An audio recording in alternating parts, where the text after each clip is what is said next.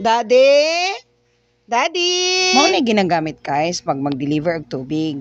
Ay naara, man di ayang mananap. Si Miluya man lagi ka diha dong. Char lang, kanagid oh. Good morning mga warriors! Welcome back sa akin channel. This is Kidney Warrior, ang reyna ng mga bato. Ni ako karon guys sa among water refilling station. Magtabang ta mag-refill sa tubig for today's video.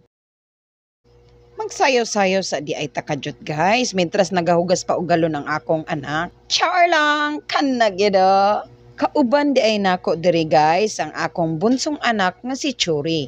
Siya ang tighugas sa galon ug ako ang tig-refill sa tubig. Basta wala ni sila klase guys, diri na sila naka-assign magtabang sa ilang daddy. This is our family business guys ug ang akong husband ang saligando ani, kumbaga siya ang manager. Char lang, kanagida. Bitaw akong hobby ang atiman sa tubigan gikan sa equipments, materials, mga kinanlanon, pag-delivery, paghugas sa galon, everything about sa tubigan. Di ba? Murag Superman. Up and away! Kanagido.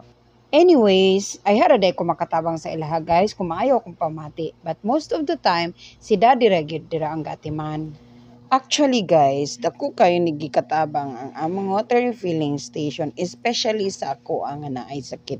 Diri na mo ginako ang among pambayad sa dialysis. Isa ni sa mga naipundar sa akong parents kadtong OFW pa sila. Pero karon kauban na nako ang mga parents kay siguro for good na sila diri sa Pilipinas. Kay mga seniors naman, ug dako kaayong akong pagpasalamat kay God kay gihatag ni niya nga blessing sa amo. Pero mas nindot gud siguro guys no kung wala jud kay sakit.